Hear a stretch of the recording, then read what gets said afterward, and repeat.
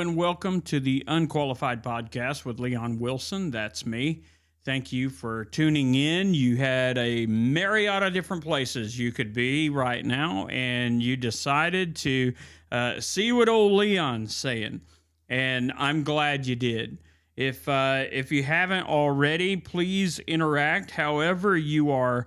However you've come across us and found our podcast. I ask that you would comment, that you would rate it, rank it, whatever platform you're on. There is a way that you can share feedback with it, and I ask that you do that. Also, if you're on YouTube, please like, share, subscribe. Subscribe so I know who you are and that it helps us to get this podcast out.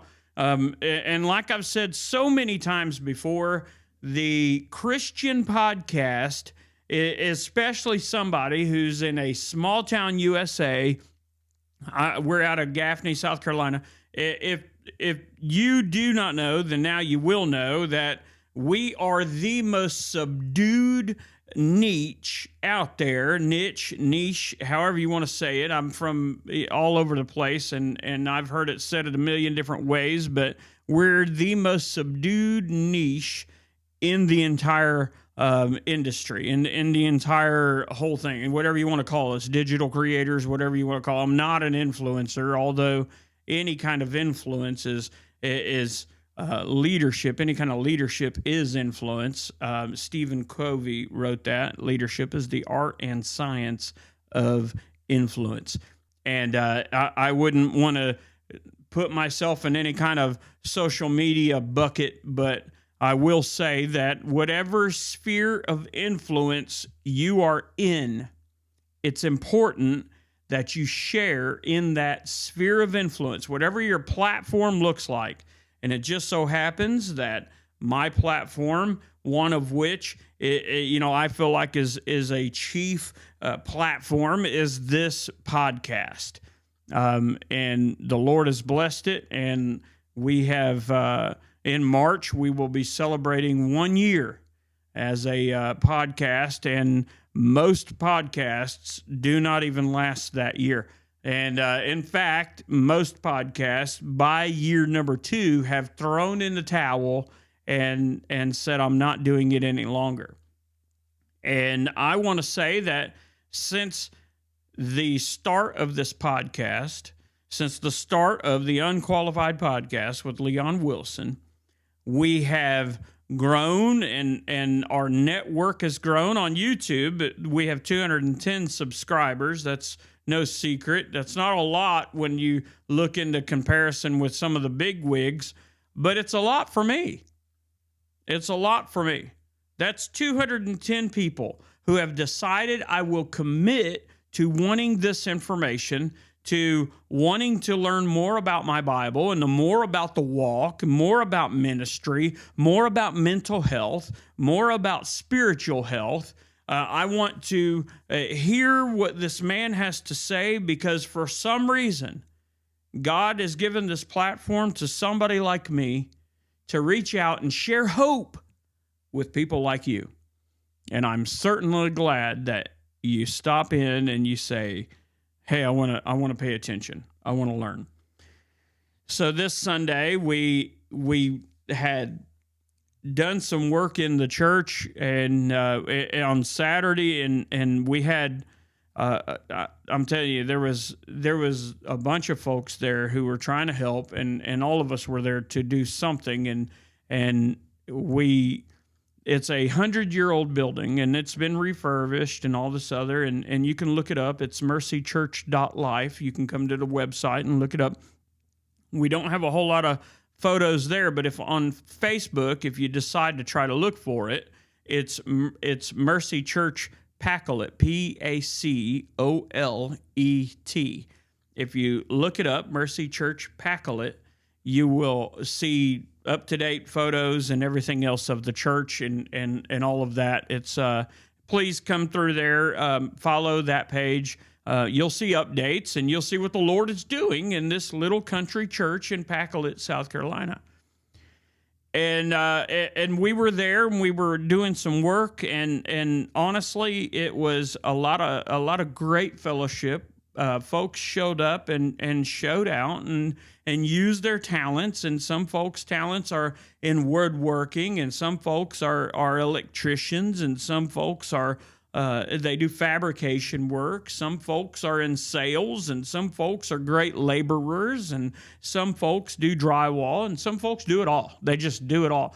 And the ladies showed up, and they were helping out where they could. And I'm telling you what, it was a great time.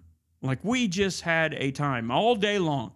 We got there around 10, a little after 10 or so, and it was scheduled from 10:30 to, honestly, we thought it was only going to be about 2 hours, 2.5 hours, 3. And turned out we didn't leave until like 8, 9 o'clock at night. That church fought us tooth and nail. One guy even fell through the ceiling, had to patch it up. And got it squared away. Great thing we had contractors on site who had donated their time, donated materials. I'm telling you, it just could not have gone any better, for what it was. And so we got things squared away, and we made a lot of progress, and that was amazing. God's fingerprints are all over it, is what I'm saying. And you can tell that because everything that was done out of love and done out of just straight tenacity. We will not let this building and let the previous constructors or reconstructors get in the way of the progress that we know is necessary for this church. And like I said, we left out of there around 8, 9 o'clock, and that was Saturday. And I still needed to come home and study and get ready for my sermon for Sunday morning at 10:30, and then go and I didn't get around to filming this episode, and I'm kind of glad I didn't, because I needed to study for the evening message, and I did. And out of both messages, I can honestly say that it blessed me just as much as it might have been a blessing for somebody else. The folks that came, the music that was sang, and the praise and the worship and the just fundamentals of the church were present and evident, and the feedback that, the visitors that came, everything was just such a blessing. I had a nosebleed in the middle of my sermon. So I'm sitting there with my sweat rag. I'll use this paper towel as an example. I'm sitting there with my sweat rag, holding my nostril. You can see this episode this message on Facebook if you follow my Facebook page, Leon Wilson. And I'm holding that sweat rag, that handkerchief. I'm holding it on my nostril, and I'm preaching, and I'm not going to let it stop me. I'm an old soldier by trade, and I wasn't about to let it stop me. But we had a time. The entire day was a time. When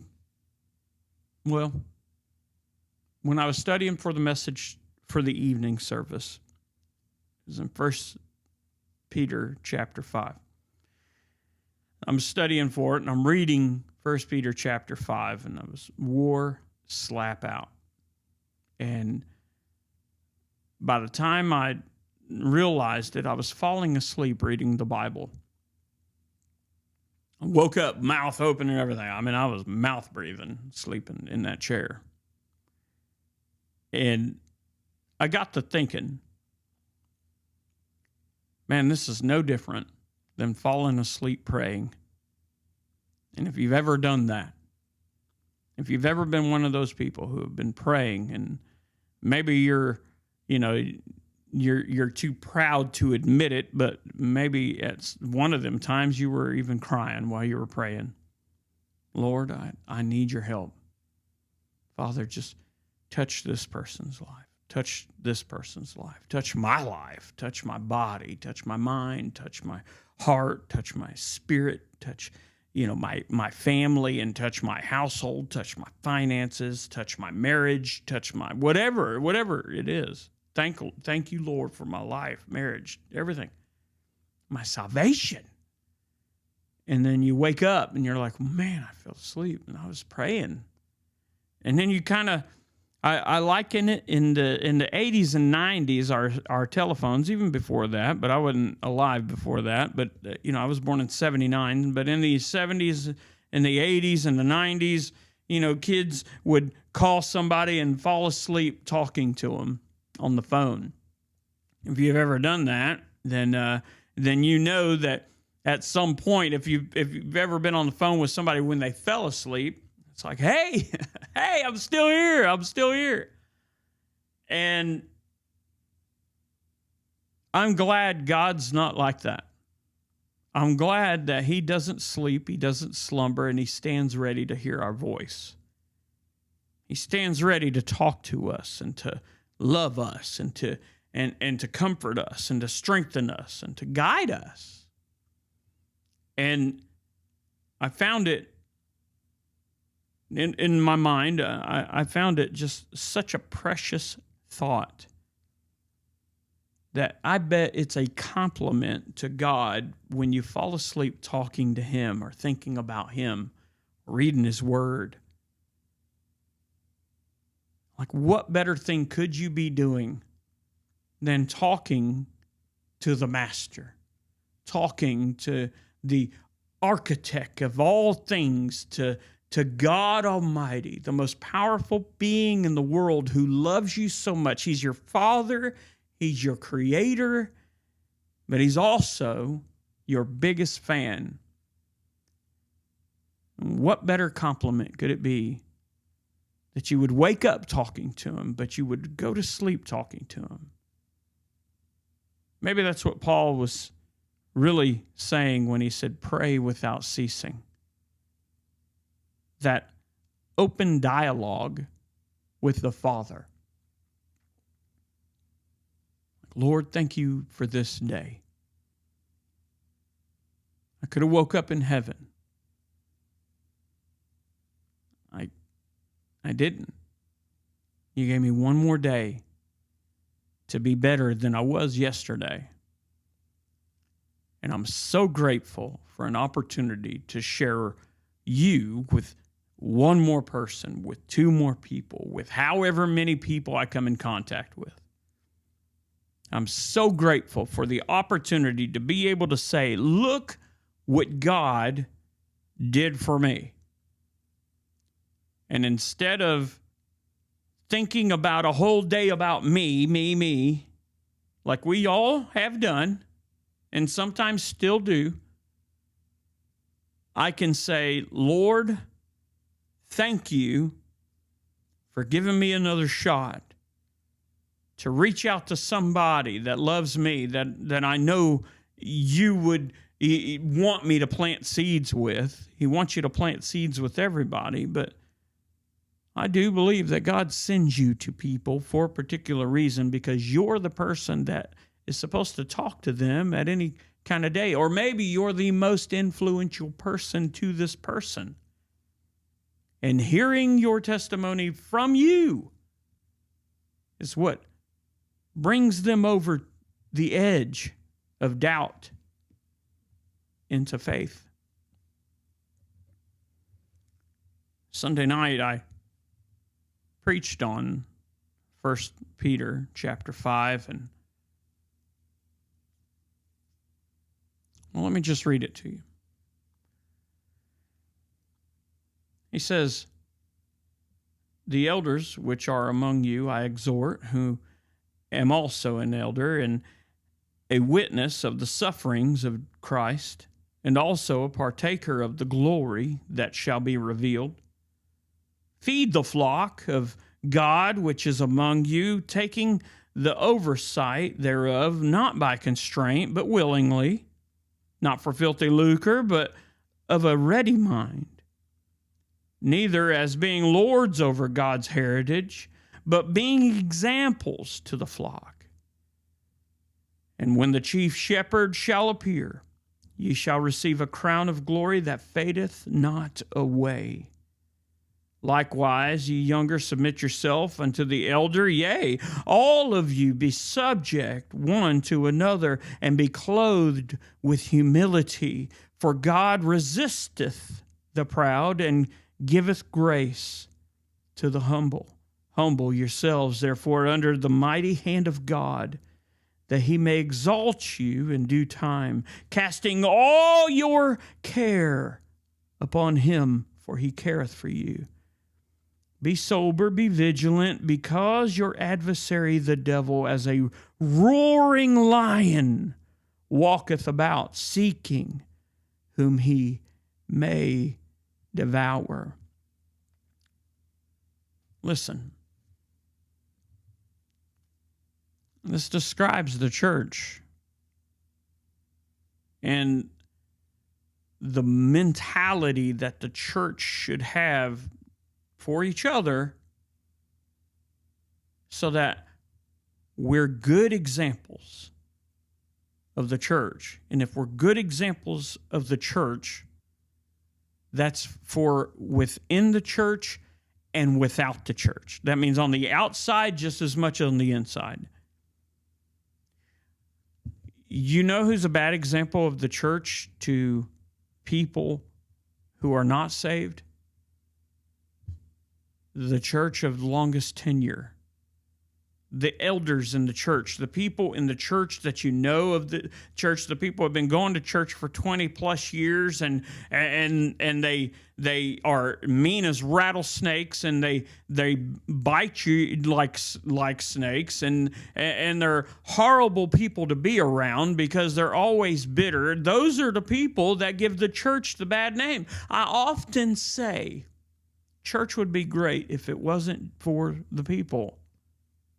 Church people are sometimes the worst people. I'm glad that Mercy Church, we have such sweet people that they want to be a part of everything. Like yesterday, we had, all I expected was the 2 men that had committed, ended up being 4 men that committed. All I expected was those 4 men. And it turned out we had a heap of people that were there trying to get things done. Men, their wives, children, folks came out and they were all trying to get things done. Over 10 cars in the parking lot right there on the outside of that church. If you look at the pictures of the church on the Facebook page, Mercy Church Pacolet, you'll see how big the parking lot is. It's not very big. It's a small church. It's a country church. We're going to outgrow it. We know we are. And we're not that far from that. On the biggest, on our most packed service, we had to park people along the sides of the road, and on the other side behind the church, all over. We had people in grass everywhere trying to fit in the service, and that, you know, that's a blessing to have. That's a great problem for a church to have, especially in an area between South Carolina and North Carolina. Churches are shutting down. Pastors are stepping down. I know of a dozen pastors who have stepped down from pulpits in these churches, and churches that have split, and churches that have gone through situations where they're closing the door. They're in the red. They're not getting donations. They're the folks that were the tithers who were going to these churches. Some of them have died off, and the churches are struggling in the area. And I'm not blessing us. I'm not praising us. I'm praising what God can do to a church that is at work, that wants to push forward, that wants to lift God up. He said, if I be lifted up, I will draw all men unto me. Is your church lifting Jesus up, or is your church busy lifting the church up? That's the question. And our church is lifting Jesus up. We know where our strength comes from. We know where our blessings come from. We know where our leader is. Our leader I'm just an under shepherd. He's the great shepherd. He's the chief shepherd. My job is to feed the flock. The job of the flock is to feed the flock too. We are all to be engaged and humble and serving each other. If we're doing that, then we're doing the right thing. If your church is doing anything other than being in service to the church and the community, then your church is out of order, and it needs to be decent and in order. And what we are doing is not putting the cart before the horse. We're putting God at the forefront. He's the one with the reins leading our church. The church is coming together. We got some things we need to fix, and then we're at work into the community. We're straightening ourselves up so that we can help push out the light. All the while sharing the gospel. All the while lifting Christ up. I'm not saying we're the example of all things, but we are an example, as Peter put it in the Bible, to be. If your church is in order, according to this word, according to 1 Peter chapter 5, read it for yourself. Don't take my word for it. And get you a King James Bible, open it up to 1 Peter chapter 5, read that whole chapter, and see if your church aligns with that. Because if it doesn't, then either you've got to change churches or you've got to change the church. One or the other. Or you need to change within the church. I'm just saying. Read that Bible as if it's a mirror that you're aligning with, that the Lord is fixing you so that you can help fix the church. And if that is an impossibility, you need to be praying that the Lord fix the church, fix you, fix the church. And then if that's not the case, Lord, lead me to where I can be, where I can affect positive change and I can be positively affected so that I can be the change. I'm just saying, this is my personal opinion, my personal perspective. I've been at some churches that have been full of a lot of toxicity. I'll just put it that way. I can't blame just the people. I know who's at work in that church, and it wasn't Jesus. That said, I knew that healing needed to start in me first before I had any business looking anywhere else. You can ask my wife. We had these conversations, hard conversations. What about us needs to change? And we prayed about that. I prayed about that specifically. And the prayer was, Lord, fix me, help me, teach me, guide me, lead me, and sanctify me wholly in your sight, not mine. Purify me in your sight. Equip me for the mission to come, for the days to come. Lead me. Let me be an example to my family. Let me be the man of God and the head of household I need to be. The spiritual leader I need to be. God doesn't need me to be that way. I need to be that way for God. So, the healing and the change and all that kind of stuff had to start here within me. And so as that healing and that change started with me, then I could see the contrast between where the church was and where that Bible is. And the Bible is the authority. All of the contrast between the church and where that Bible is needed to be rectified in one way or the other. It turned out that God's will led me away from the church to another church where I would interim pastor. And so it wasn't Leon having to fix anything. God was going to fix things and start fixing things, and he did, and he has, and he is. So he put me in a place where I could affect positive change in the best way I possibly could, where I could project the image of the Lord the best way I possibly can. Even as a mirror, I'm a sorry mirror. because I cannot positively reflect it. I cannot do the justice in the reflection of Jesus that I need to do. I'm a work in progress too, just like you are. All we can do is reflect in the best positive way that we can. In the most feeble way I can reflect Jesus onto somebody else. I pray that it's enough that they can see that there's something in my life that is not like not messed up by me. The only perfection in my life is that of Christ, not of Leon. I'm a horrible example of a person.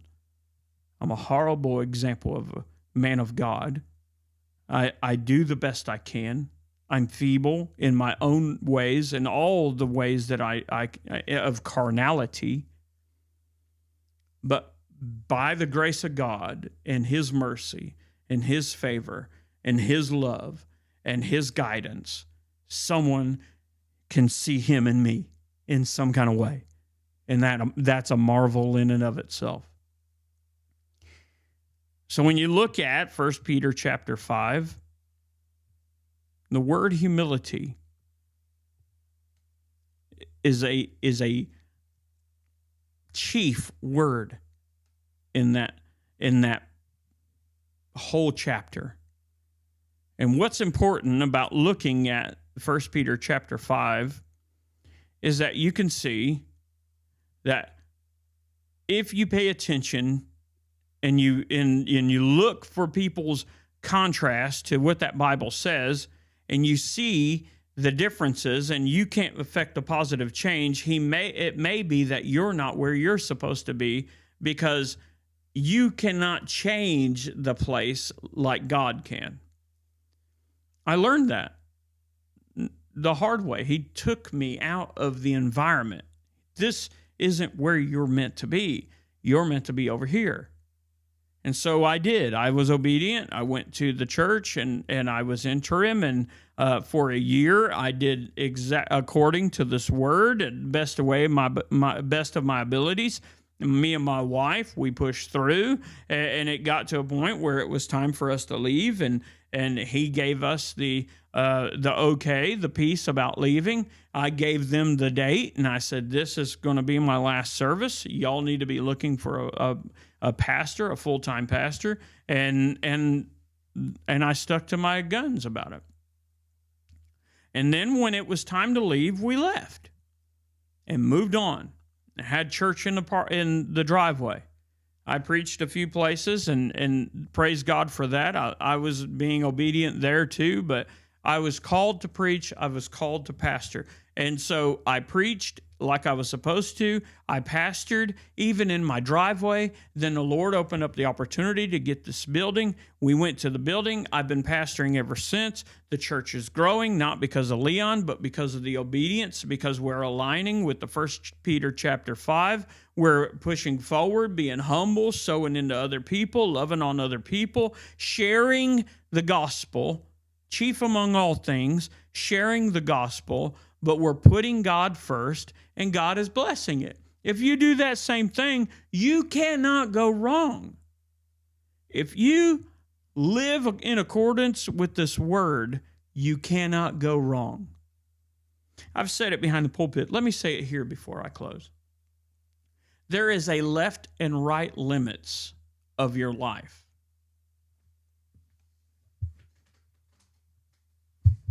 Bear with me.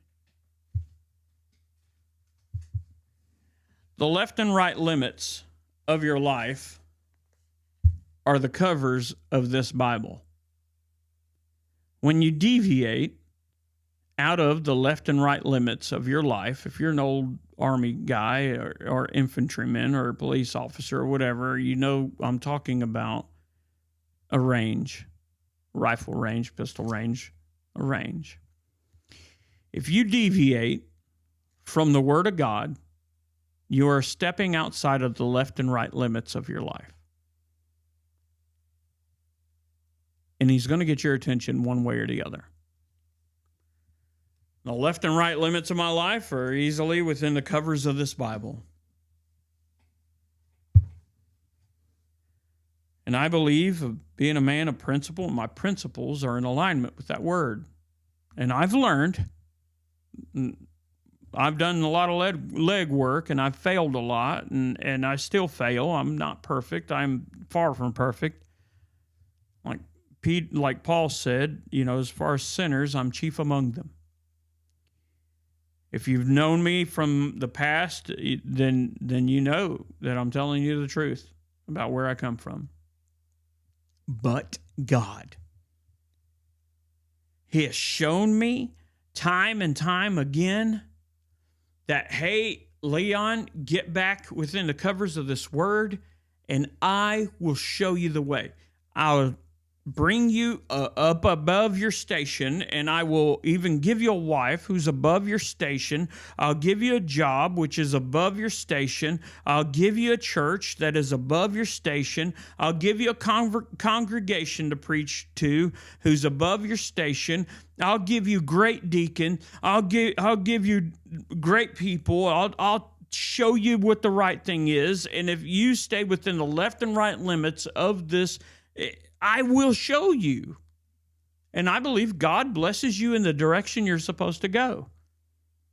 Am I saying it's always going to be easy? No, I'm not one of the prosperity preachers. I'm not going to tell you life is going to be hunky-dory and you're going to be on easy street for the rest of your life if you just turn to God. That's not realistic. It's wrong, and anybody who tells you that is wrong. The Lord said you will suffer. That's what's going to happen. You're just going to suffer.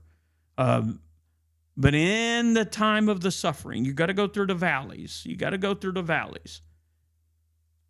But He's going to give you the mountaintops so that you can look back and you can say, man, I grew in that valley.